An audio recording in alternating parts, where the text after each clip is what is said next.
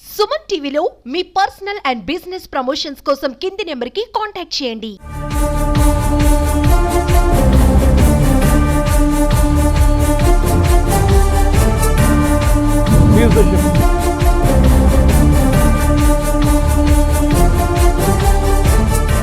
నమస్తే, welcome to Suman TV. కాకినాడలో IT అధికారుల దాడులు కలకలం రేపుతున్నాయి. కాకినాడలోని సత్యం బాలాజీ రైస్ ఇండస్ట్రీస్ కి సంబంధించి మేనేజర్ అశోక్ ఇంటిపై ఐటీ అధికారులు దాడులు నిర్వహిస్తున్నారు.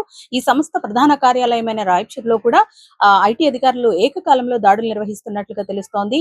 గత నెలలో ఉప ముఖ్యమంత్రి Pavan Kalyan seize the ship అన్న నౌక ఏదైతే ఉందో ఆ నౌకలో అతి భారీ మొత్తంలో రేషన్ బియ్యం ఈ సత్యం బాలాజీ ఇండస్ట్రీస్ కి సంబంధించినవి కూడా అధికారులు ఆధారాలు సేకరించారు. అలాగే కాకినాడ జిల్లా వ్యాప్తంగా కూడా కాకినాడ చుట్టుపక్కల ప్రాంతాలన్నింటినీ కూడా రేషన్ బియ్యాన్ని సేకరించి అధిక మొత్తంలో కాకినాడలోని గోడౌన్ లో నిల్వ ఉంచుతూ ఉంటారు. ఇక్కడి నుంచి విదేశాలకు అధిక మొత్తంలో ఈ రేషన్ బియ్యాన్ని ఎగుమతులు చేస్తూ ఉంటారు. ఆ సంస్థకు సంబంధించి ప్రస్తుతం ఐటీ అధికారులు అయితే దాడులు నిర్వహిస్తున్నట్లుగా తెలుస్తోంది. సత్యం బాలాజీ ఇండస్ట్రీస్ కి సంబంధించిన కంపెనీలన్నింటిపైన అలాగే ప్రధాన కార్యాలయం రాయచూరులో ఉంది. అక్కడ కూడా ఐటీ అధికారులు దాడులు నిర్వహిస్తున్నారు. ప్రధానంగా కాకినాడలో ఉన్న అశోక్ అంటే Satyam Balaji rice industries manager Ashok ఇంటిపై అయితే దాడులు కొనసాగుతున్నాయి. చుట్టుపక్కల ఎవరిని కూడా ఆ ఇంటి దరిదాపులు కూడా రానివ్వడం లేదు. ప్రస్తుతం దీనికి సంబంధించి పూర్తి సమాచారం అయితే తెలియాల్సి ఉంది. ప్రధానంగా అక్రమ రేషన్ బియ్యం కి సంబంధించి అధిక మొత్తంలో నౌకల్లో వెళ్లే అంటే స్టెల్లా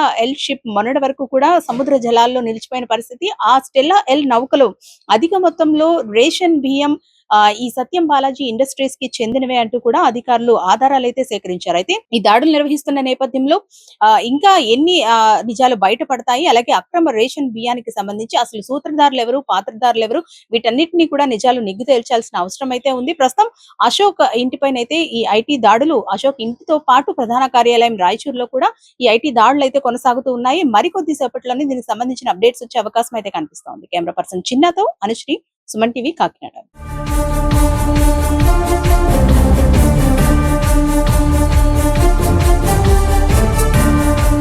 Music.